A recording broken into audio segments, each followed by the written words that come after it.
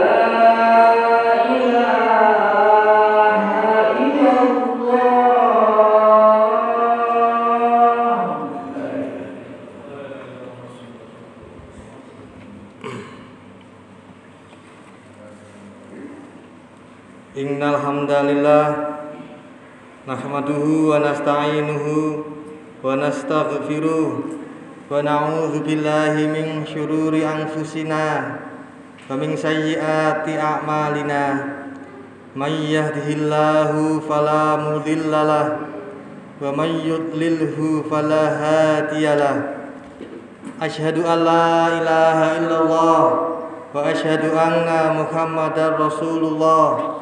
Allahumma sholli ala Muhammad wa ala ali Muhammad. Amma ba'du. A'udzu billahi minasy syaithanir rajim. Ya ayyuhalladzina amanu taqullaha haqqa tuqatih wa la tamutunna illa wa antum muslimun. Jamaah salat Jumat yang dirahmati Allah, alhamdulillah, mari kita memuji kepada Allah, Tuhan yang namanya tertulis di lafal syahadat asyhadu alla ilaha illallah, yang artinya kita semua yang ada di masjid bersaksi mengakui bahwa tidak ada sesembahan yang mempunyai hak untuk disembah kecuali hanya Allah semata. Inilah kenapa syahadat kata ganti Tuhannya adalah ilah, bukan Rabb. Asyhadu alla rabba illallah atau malik. Asyhadu alla malika illallah. Rabb adalah pencipta, malik penguasa. Inilah pesan untuk kita untuk ilah sesembahan agar kita hanya menyembah kepada Allah. Tidak ada keris, tidak ada jimat, tidak ada akik, sabuk merah berisi raja, tidak ada, hanya Allah yang disembah. Selanjutnya, sholawat dan salam mari kita haturkan kepada manusia terbaik sepanjang zaman. Dari sejak Nabi Adam alaihissalam diciptakan hingga manusia terakhir yang dimatikan, yaitu seorang penggembala kambing yang masuk kota Madinah. Dia merasa di mana-mana kenapa tidak ada orang. Apa ya memang aku saja orang di sini? Ya, bahkan di dunia pun semua orang sudah mati kecuali dia. Dan saat dia menginjakkan kakinya masuk kota Madinah, saat itu pula Israfil malaikat pemikul arsy Allah pun meniupkan sangkakala dunia kiamat. Dari sejak Adam alaihissalam hingga manusia terakhir tersebut, ada satu orang manusia yang terbaik. Wajahnya paling tampan, akhlaknya paling mulia, tutur katanya halus. Jika Abu Bakar terkenal dengan sopan santun yang tinggi, beliau pasti lebih sopan santun. Badannya paling kuat. Jika Umar bin Khattab terkenal dengan kemampuan bertarungnya di peperangan, beliau pasti lebih kuat. Jika Ali, Zubair bin Awam, Sa'ad bin Abi Waqqas, Mikdad, mereka semua terkenal dengan keahlian berperang, maka manusia terbaik ini pasti lebih kuat. Manusia yang ketika semua nabi dimintai tolong oleh manusia yang lainnya, saat Allah sangat murka, marah dengan keadaan marah yang dia subhanahu wa ta'ala tidak pernah marah seperti ini sebelumnya. Kenapa? Manusia jika berbuat satu keburukan, maka ia akan dibalas dengan satu keburukan. Namun jika berbuat satu kebaikan, maka akan dibalas 10 kali lipat. Lalu kenapa timbangan amalnya berat di keburukan? Hari itu di padang mahsyar Allah sangat marah. Semua nabi tidak ada yang berani menanggung umatnya, dan hanya manusia terbaik itu yang bisa menaungi kita. Duhai pemilik telaga Kautsar, yang meminumnya berarti tidak akan haus di padang mahsyar. Manusia itu adalah baginda Nabi besar Muhammad sallallahu alaihi wasallam. Jamaah sholat Jumat yang dimuliakan Allah, saya berwasiat sebagai khatib di sini. Sebenarnya berat mengatakannya karena masih jauh dari apa yang akan saya sampaikan. Bagaimana bisa manusia yang belum mencapainya bisa mengucapkannya? Untuk itu, untuk diri saya sendiri dan semua jamaah sholat Jumat, saya mohon izin, ittaqullah, bertakwalah kalian semua kepada Allah. Jangan sampai kita semua di sini mati kecuali dalam keadaan beragama Islam. Ittaqillaha haitsuma kunta wa atbi'is sayyi'atal hasanata tamhuha wa khaliqin nasa bi khuluqin hasanin. Bertakwalah kamu kepada Allah dimanapun kamu berada. Ikutilah keburukan dengan kebaikan, niscaya akan dapat menghapusnya. Dan bergaullah dengan manusia dengan akhlak yang baik, dengan sopan santun, halus, ramah, dan semua hal kebaikan. Jamaah khutbah Jumat yang dirahmati Allah, dasar kita beragama Islam adalah Al-Quran dan Al-Hadits. Orang Islam ini dan orang Islam itu berdebat, saya benar, yang satunya juga berkata saya benar. Baiklah, dibuka Al-Quran dan Al-Hadits. Yang salah harus berlapang dada, karena Al-Quran dan Al-Hadits adalah pedomannya. Kita langsung ke Al-Hadits, yaitu semua perkataan, perilaku, keputusan, dan takrir pendiaman dari Nabi Muhammad SAW. Itu semua harus kita percayai. Lalu bagaimana kita bisa mempercayai manusia terbaik ini, ucapannya, tindakannya, keputusannya, jika kita tidak mengenalnya? Kita tidak tahu betapa hebat dan istimewanya manusia terbaik ini, Nabi Muhammad SAW. Jamaah, akan saya bacakan beberapa mukjizat yang pernah Nabi Muhammad SAW lakukan agar kita semakin cinta, yang berujung kita semakin percaya pada apa yang beliau SAW katakan, putuskan, dan sampaikan ke kita. Jamaah yang dimuliakan Allah, kita sudah pernah mendengar bagaimana kisah kambing satu ekor saat perang Khandaq bisa dimakan oleh ribuan orang, yang mana mereka dalam keadaan lapar yang luar biasa, sehingga makannya sangat banyak, tambah dan tambah lagi, sehingga mereka menjadi kenyang. Kambing satu ekor itu sangat berkah. Itulah mukjizat Nabi SAW. Kisah-kisah makanan di tangan baginda Nabi Muhammad SAW jumlahnya sedikit, namun dimakan tidak habis-habis. Ini banyak sekali terjadi dan berulang-ulang terjadi. Saya bacakan salah satunya. Suatu ketika Rasulullah SAW memanggil Abu Hurairah radhiyallahu anhu, "Pergilah ke rumah dan mintalah makanan yang ada pada mereka." Lalu diberikanlah satu piring bubur kurma, dan Abu Hurairah pun membawanya ke hadapan baginda Nabi Muhammad SAW. Perintah kemudian muncul kepada Abu Hurairah, "Panggil orang-orang yang ada di masjid." Abu Hurairah lalu berkata dalam hati, "Apa cukup makanan ini untuk semua orang yang di masjid? Tapi celakalah aku jika tidak menuruti perintah Rasulullah SAW." Maka Abu Hurairah memanggil mereka, lalu berdatangan mereka orang-orang masjid berkumpul. Rasulullah SAW kemudian meletakkan jari-jarinya di bubur kurma itu dan menusuk sisi-sisinya yang di samping, lalu bersabda, "Silahkan makan dengan bismillah." Mereka pun makan hingga kenyang, dan Abu Hurairah juga ikut makan hingga kenyang. Lalu Abu Hurairah mengangkat makanan itu dan ternyata masih utuh seperti semula, hanya ada bekas jari-jari tangan Rasulullah SAW. Jamaah, itu satu. Ada lagi kisah lainnya, yaitu kantong kulit milik Abu Hurairah.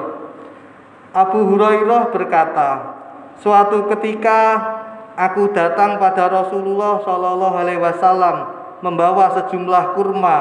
Lalu aku berkata, 'Wahai Rasulullah, doakan agar kurma ini menjadi berkah.'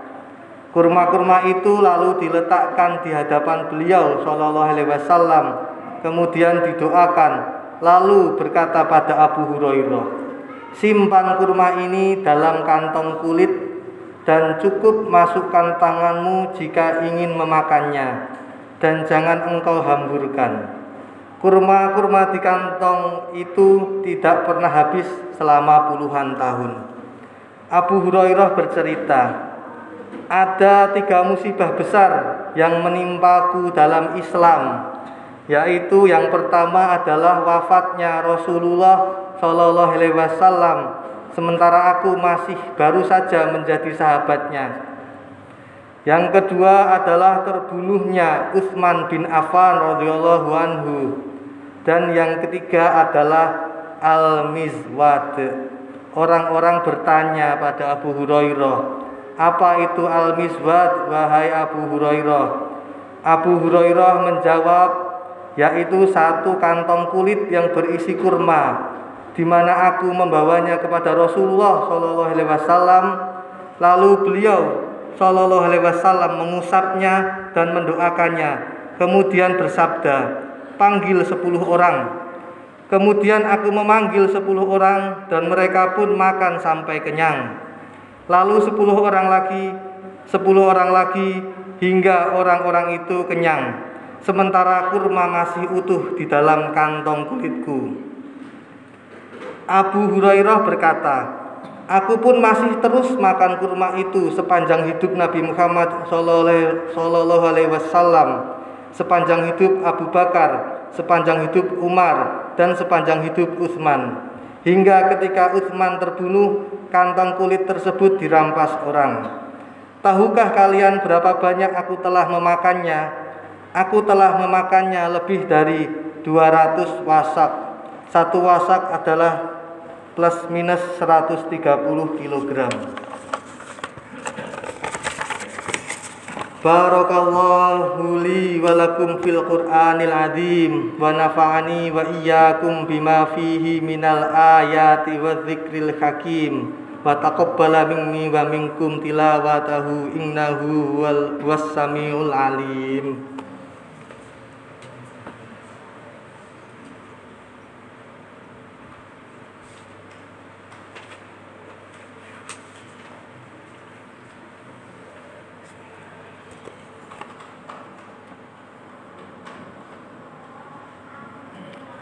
Alhamdulillahirabbil alamin. Asyhadu an la ilaha illallah wa asyhadu anna Muhammadar Rasulullah. Allahumma sholli ala Muhammad wa ala ali Muhammad. Ya ayyuhalladzina amanu taqullaha haqqa tuqatih wa la tamutunna illa wa antum muslimun. Jamaah salat Jumat, demikian khutbah saya ini. Saya tambah satu cerita, kurang lebih 2 menit. Salah satu pula mukjizat Nabi Muhammad SAW adalah ada seorang pegulat yang sangat terkenal kuat di zaman dahulu. Namanya adalah Rukanah bin Abdu Yazid bin Hashim bin Muthalib bin Abdu Manaf, masih saudara dengan baginda Nabi Muhammad SAW dengan kakek yang sama, yaitu Abdu Manaf. Suatu hari mereka bertemu di satu lembah. Rukanah bertanya, wahai Muhammad, benarkah engkau telah mencaci Tuhan-Tuhan kami dan mengajak orang-orang menyembah Tuhanmu? Rasulullah SAW bersabda, hai Rukanah, kenapa engkau tidak bertakwa pada Allah dan tidak menerima ajakanku? Rukanah menjawab, jika aku mengetahui apa yang kau katakan itu benar, maka tentu aku akan mengikutimu. Rasulullah SAW berkata, bagaimana pendapatmu jika aku berhasil mengalahkanmu bergulat? Apakah dengan begitu engkau mengetahui apa yang aku katakan benar? Rukanah, orang yang terkenal kuat dalam gulat ini, merasa tidak mungkin bisa ia dikalahkan. Dia menjawab, iya. Mereka pun bergulat dan Rasulullah SAW menang. Rukanah meminta diulangi lagi dan Rasulullah SAW kembali menang. Rukanah roboh hingga tidak berkutik. Rukanah meminta diulang lagi dan kalah lagi. Setelah 3 kali kalah, Rukanah berkata, hai Muhammad, ini adalah sesuatu yang luar biasa. Engkau bisa mengalahkanku. Rasulullah SAW berkata, kalau kau mau, ada lagi yang lebih luar biasa dari ini. Rukanah bertanya, apa itu? Rasulullah SAW berkata, aku doakan pohon yang kau lihat itu, kemudian ia datang padaku. Jadi ada pohon yang akan disuruh datang untuk mendekat Nabi Muhammad SAW. Rukanah berkata, lakukanlah. Rasulullah SAW pun berdoa hingga pohon tersebut datang berdiri tepat di depan Rasulullah SAW. Kemudian Rasulullah SAW bersabda, kembalilah ke tempat semula lantas pohon itu kembali ke tempat semula. Jamaah, demikian yang saya sampaikan tentang mukjizat-mukjizat Nabi Muhammad SAW. Mudah-mudahan apa yang saya sampaikan dapat menjadikan kita semakin cinta kepada baginda Nabi Muhammad SAW, sehingga kita akan semakin mempercayai apa yang beliau SAW bawa untuk kita. Amin. Mari kita berdoa. Innallaha wa malaikatahu yusholluna 'alan nabiyyi ya ayyuhalladzina amanu shollu 'alaihi wa sallimu taslima birahmatika ya arhamar rahimin. Allahumma ighfir lil mu'minina wal mu'minat wal muslimina wal muslimat al ahya'i minhum wal amwat innaka sami'un qaribun mujibud da'wat. Rabbana ighfir lana wa li ikhwanina alladzina sabaquna bil iman wa la taj'al fi qulubina ghillan lil ladzina amanu Rabbana innaka ra'ufur rahim. Rabbana zalamna anfusana wa illam taghfir lana wa tarhamna lanakunanna minal khasirin. Rabbana atina fid dunya hasanah wa fil akhirati hasanah wa qina adzabannar. Subhanaka rabbika rabbil izzati amma yasifun wa salamun alal mursalin walhamdulillahi rabbil alamin. Allahu akbar, Allahu akbar, la ilaha illallah, asyhadu anna Muhammadar rasulullah. Hayya 'alas shalah, hayya 'alal falah, qad qamatis shalah, qad qamatis shalah. Allahu akbar, Allahu akbar, la ilaha illallah.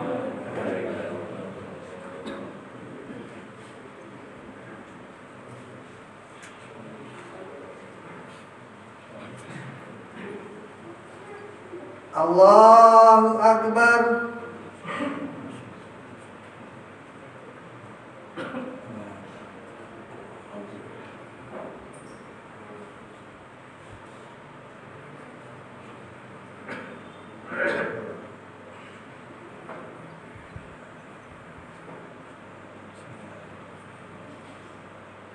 Alhamdulillahi rabbil alamin, Ar-Rahmanir Rahim, Maliki yaumiddin. Iyyaka na'budu wa iyyaka nasta'in.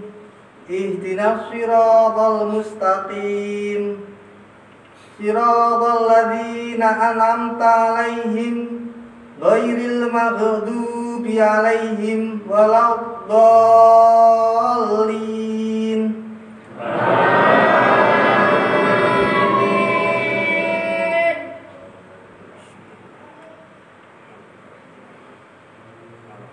Alam nashrah laka sadrak wa wada'na anka wizrak alladzi anqadha dhahrak wa rafa'na laka dzikrak fa inna ma'al usri yusra fa idza faraghta fansab wa ila rabbika farghab. Allahu akbar.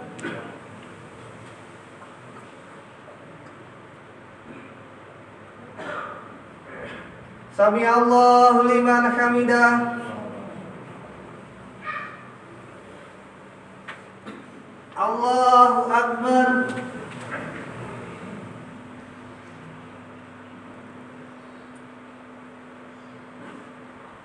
Allahu akbar.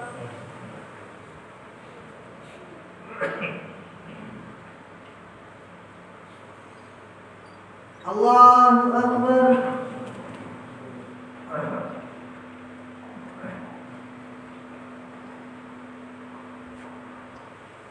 Allahu akbar.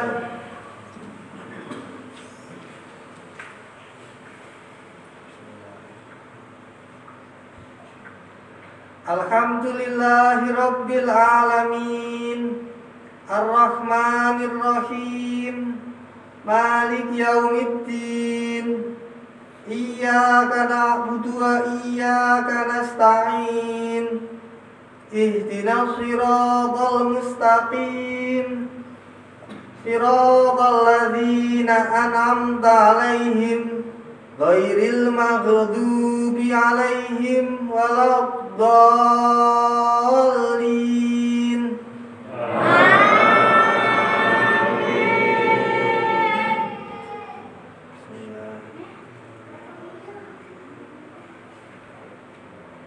Qul huwallahu ahad, Allahus samad, lam yalid wa lam yulad wa lam yakul lahu kufuwan ahad. Allahu akbar.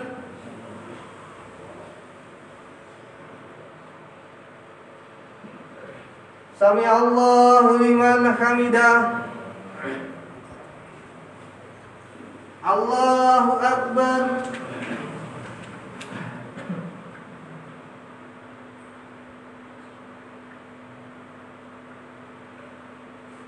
Allahu akbar.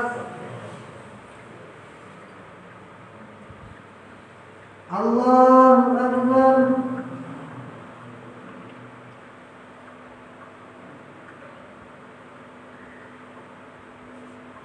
Allahu akbar.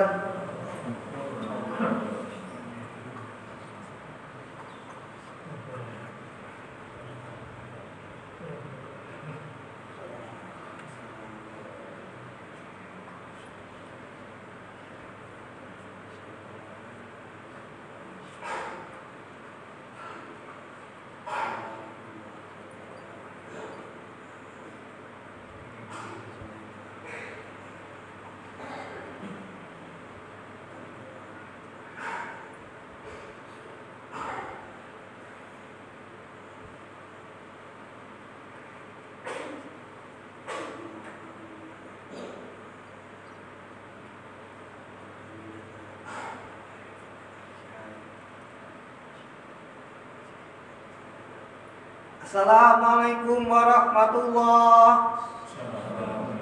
Assalamualaikum warahmatullahi.